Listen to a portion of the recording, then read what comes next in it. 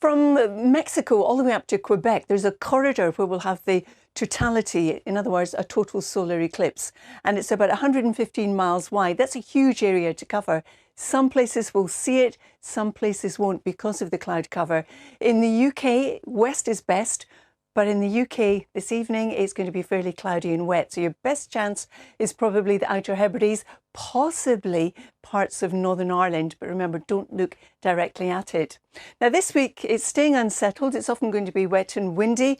It's going to be cooler than it was at the weekend until we get to the latter part of the week when it warms up once again. But if you're just stepping out, it's not a particularly cold start to the day. In Newquay at the moment, it's 11 degrees. In Leeds and Stornoway, 8. A wee bit cooler in Belfast at only 5.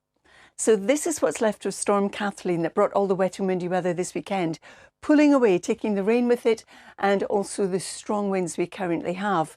Now, as we start the day in the southeast, there'll be some hazy sunshine. You'll have some showers later. This rain continuing to push in across southwest England, Wales, getting into northwest England and Northern Ireland through the day, preceded by some showery rain. The brightest conditions will be across the north of Scotland, where we'll see some sunshine and the winds easing, but the winds picking up along the coasts of Devon and Cornwall and also the Channel Islands. Temperatures today, 10 to about 18 degrees north to south. As we were talking about the cloud and the rain around this evening for the partial solar eclipse, you can see what I'm talking about here. We've got quite a bit of cloud and rain. The Western Isles probably the best favoured, maybe the Isle of Skye as well. But this area of low pressure is going to continue to pull northwards and then push eastwards as we go through the course of Tuesday. So overnight, these are our overnight lows, 4 to about 9 degrees, and we pick up this band of cloud and rain, some hill snow above about 800 metres or so in the Highlands, and the rain continues to drift off in the direction of the North Sea.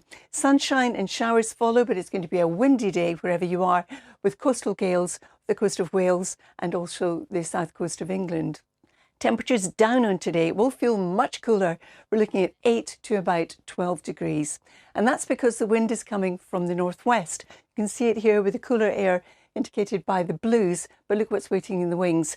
We've got a warm front coming in, and behind that we'll start to pull in southwesterly winds, a milder direction for us, but it is going to bring in some rain. So we start off with some sunshine in the east, the cloud will build, and then the rain piles in from the west, pushing eastwards. A windy day too on Wednesday, but it is going to be milder coming in from the west. Look at this, 14s and 15 degrees.